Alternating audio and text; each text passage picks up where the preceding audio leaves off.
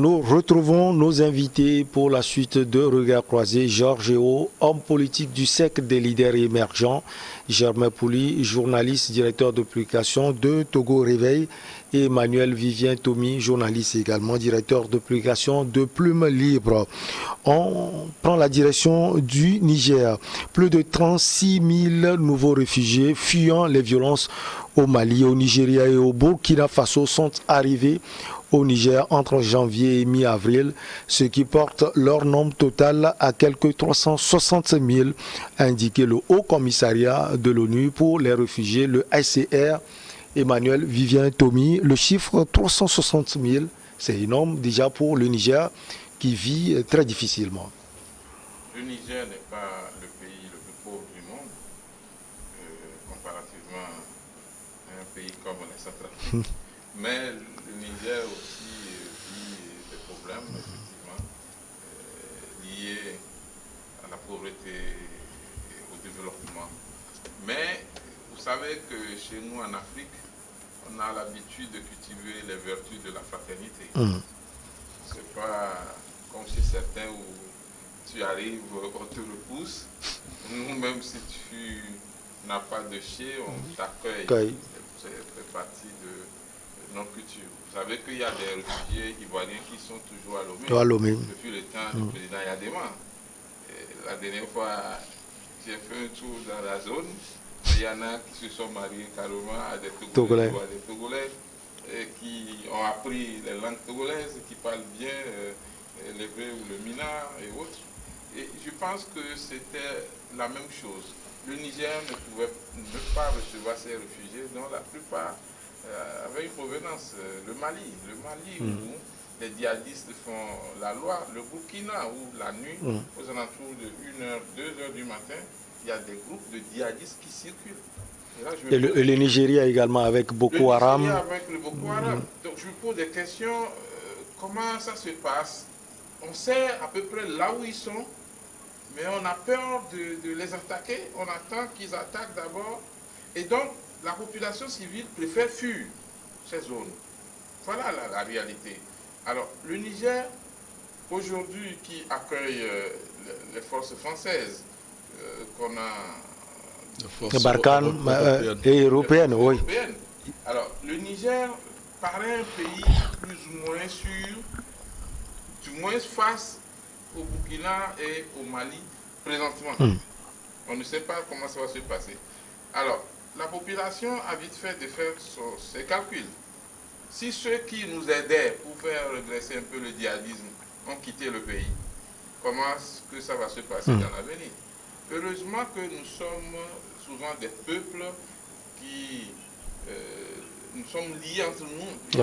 Tu vois, les mêmes ethnies se retrouvent ailleurs, de la frontière. Pays. Donc, on arrive à se comprendre facilement, on arrive à s'intégrer.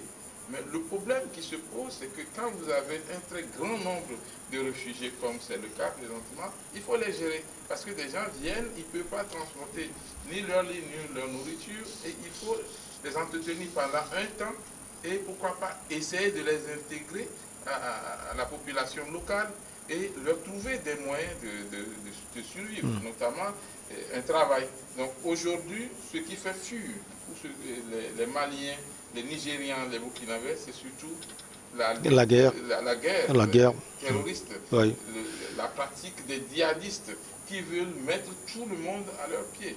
Alors si vous ne fuyez pas, c'est que vous attendez soit à mourir un jour, si vous avez de la chance, le gouvernement arrive à déloger ces malfaiteurs qui sont des voyous de grands chemins que tout le monde doit combattre.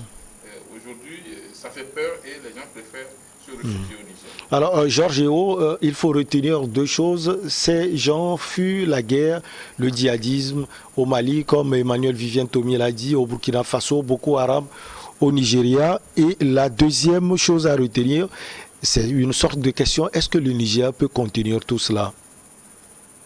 Bon, premièrement, quand j'entends toujours parler de djihadisme, de terrorisme, comme Tommy a posé beaucoup de questions, ça me fait sourire, ça me renvoie... Vous voyez l'origine?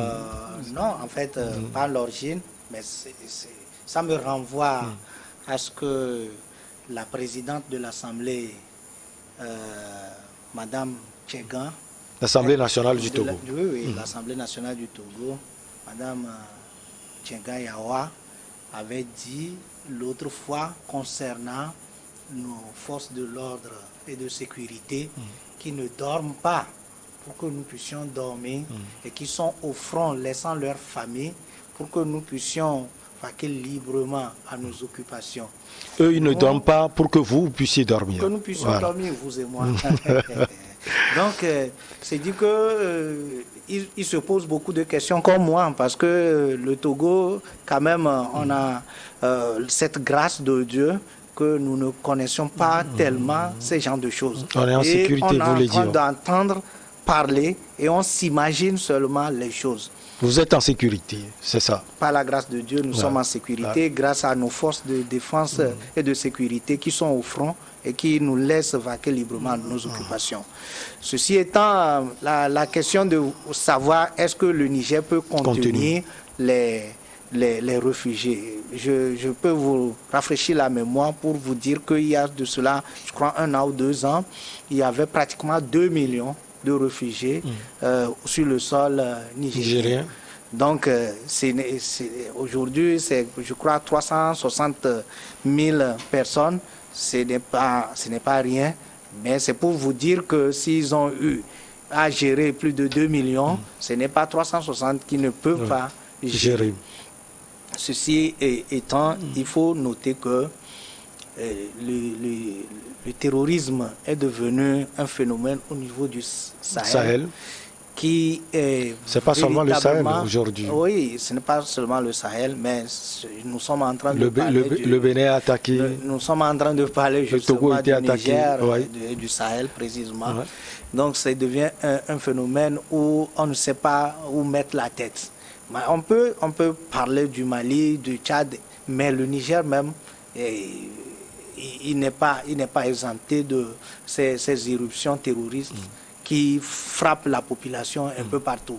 Mais quand vous voyez, ça fait mal parce que la force Barkhane ou bien la force européenne, la force G5 Sahel, etc., toutes ces opérations-là, on dirait que véritablement ne donnent pas solution.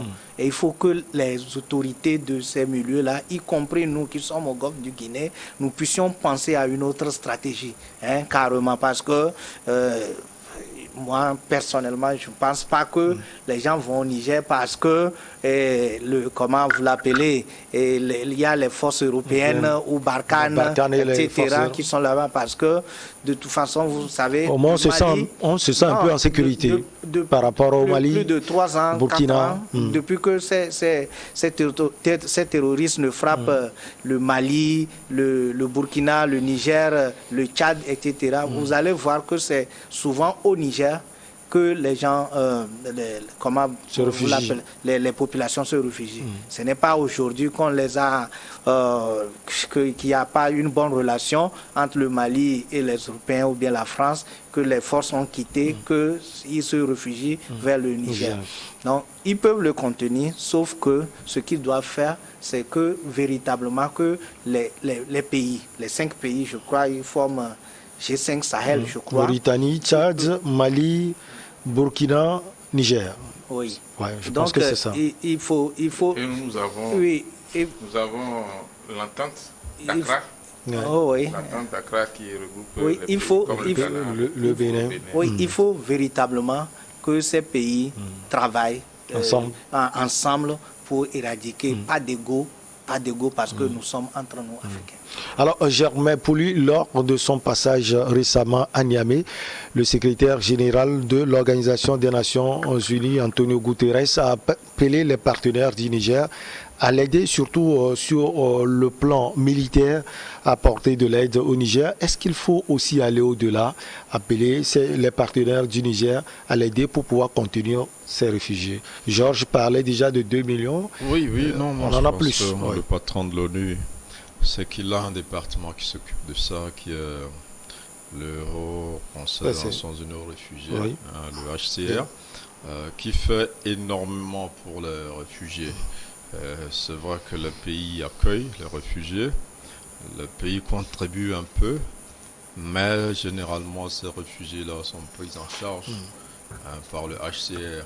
Donc, dans la mesure aussi des ressources dont dispose le HCR, c'est vrai que le partant de l'ONU, il a d'autres tribunes. Les pays se pressent de vite annoncer. Parce que si tu ne déclares pas vite que tu as des réfugiés, on ne va pas On t'aider. ne va pas prendre son Donc, ils le temps. déclarent souvent très vite. Oui, mais de toute façon, Et ils donnent vite les chiffres sur le qu'on puisse terrain. en tenir compte. Ils organisent l'accueil des réfugiés avec le pays. Oui, en On concertation. trouve un site sécurisé, on accueille, on installe, on fait. Et ils le font. Et nous avons un HCR ici au Togo qui fait un très bon boulot, qui avait accueilli en 100 ans Tommy en parlait, plus de 150 000 réfugiés ivoiriens aujourd'hui. Je crois que le camp d'Avepozo qui accueille ces réfugiés va être fermé d'ici la fin de l'année. Parce que finalement, la situation s'est assez améliorée en Côte d'Ivoire. Certains sont repartis. Ceux qui veulent rester définitivement au Togo vont profiter du soutien du HCR pour rester. Certains ont déjà appris des métiers, certains font des petites choses avec le soutien. Donc, il y a toujours cela à faire. Le secrétaire général des Nations Unies sait à quelle porte frapper pour avoir un peu de moyens pour s'occuper des réfugiés. Sur ce plan, il faut reconnaître quand même qu'il y a encore beaucoup de solidarité, de compassion au monde où les gens s'intéressent aux difficultés de ces réfugiés. Et donc, c'est pour ça que je pense qu'il s'est beaucoup plus préoccupé des questions sécuritaires. Parce que même au Niger, ces réfugiés-là peuvent être attaqués. Donc, il faut aussi pouvoir sécuriser ce pays qui n'est pas à l'abri de l'extrémisme violent, du djihadisme. Donc, comme les gens en ont fait un coin de refuge, il faut mieux sécuriser ce coin-là. Parce que c'est là où certains pensent qu'on peut être à l'abri de toute menace ici, même si on a quitté nos biens, on a quitté nos activités, on a quitté nos terres, là on peut. Donc il faut, c'est un appel important. Et je pense que si le Togo n'était pas trop loin de ces zones-là, plusieurs allaient préférer aussi venir au Togo, qui est une terre d'accueil des réfugiés. Il n'y a pas que les Ivoiriens, il y a des Congolais, il y a des Rwandais, il y a des Burundais, tout ça, oui, il y a une dizaine de nationalités de réfugiés dans notre pays. Maintenant, sur le plan sécuritaire, nos pays, comme le disait Georges, sont obligés de trouver des solutions en interne avant de compter sur les partenaires occidentaux dont le soutien aussi n'est pas à négliger, parce que pendant longtemps, on a pensé que ces gens-là viendraient mourir à notre place, combattre à notre place, ce qu'on n'a pas vu finalement. Et donc les armées comprennent dans le pays où le phénomène s'étend qu'il faut se mettre au front. Et c'est ce que par exemple les Maliens essaient de faire, même s'ils utilisent une méthode musclée, s'ils font recours à des Russes aussi, dont on conteste parfois les méthodes. Maintenant, aujourd'hui, ce n'est plus le Sahel, c'est toute la sous-région. Donc aujourd'hui, il n'y a que le Togo et le Ghana qui sont un peu épargnés. Le Togo, en novembre dernier, a déjà subi une tentative d'attaque.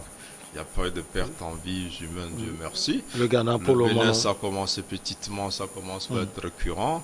En Côte d'Ivoire, on a vu depuis quelques années à Grand Bassam l'attaque assez spectaculaire. Là, aujourd'hui, tous les pays sont obligés de concentrer leurs forces sur ce combat-là.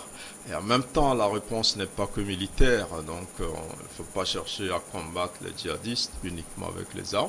Mais il faut pouvoir détecter les causes de ce phénomène-là. Qu'est-ce qui fait que finalement des gens qui sont de la communauté, de jour au lendemain, sont recrutés par ces réseaux-là, se radicalisent et arrivent à venir perpétrer chez eux des actes assez ignobles. Donc, il y a la pauvreté, c'est vrai, il y a la frustration, il y a un certain nombre de choses. Et aujourd'hui, des pays comme le nôtre essaient de faire ce travail-là, notamment dans une région réputée à haut risque comme la région des Savanes, où finalement on se dit, si on ne règle pas les problèmes des sociétés, là-bas c'est assez facile que ces réseaux-là reculent puissent prospérer. Donc, au même moment qu'on a mis une force là-bas avec des militaires qui essaie de protéger, ça ne suffira pas, il faut régler les problèmes, mais après le grand protecteur aussi c'est Dieu. Je pense, faut pas comme Georges l'a dit. Oublier de prier Dieu parce que Dieu a mis la main sur nos pays, le Togo et le Ghana, mais l'objectif affiché de ces mouvements-là est assez clair, c'est d'occuper toute la sous-région et surtout d'avoir accès à la côte. Donc je pense que nos pays aujourd'hui sont assez prévenus, savent un peu ce qui se fait et essaient de coordonner leurs actions pour combattre les phénomènes avec la contribution surtout de la population parce que la population doit adhérer à cette lutte-là et pouvoir donner des informations qui peuvent aider les forces de sécurité. La petite pause, elle s'impose et on revient pour la suite.